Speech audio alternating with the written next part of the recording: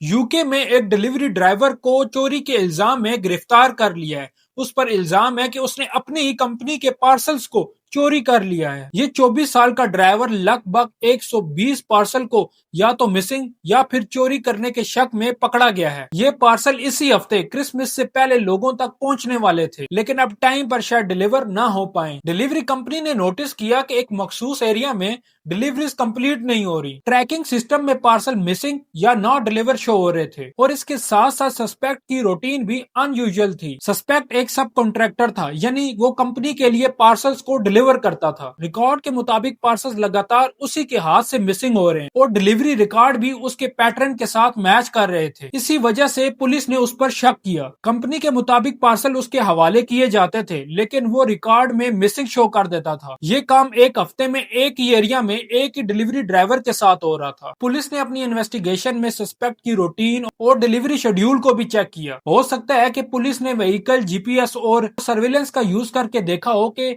ये delivery driver कैसे parcels को हैंडल कर रहा था। जब पुलिस ने बहुत सा डाटा मैच किया तो पुलिस के पास कुछ एविडेंस आ गए कि इस पूरे खेल में इस डिलीवरी ड्राइवर का कुछ न कुछ लिंक जरूर है। लेकिन अभी तक डिलीवरी ड्राइवर ने अपना जुर्म तस्लीम नहीं किया।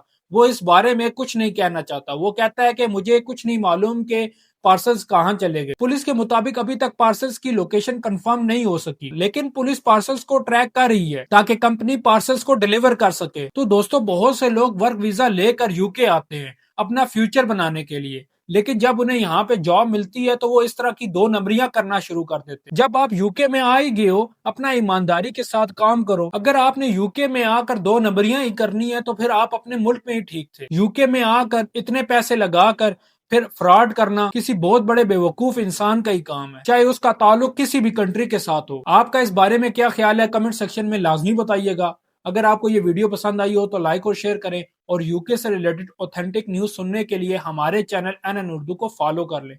शुक्रिया।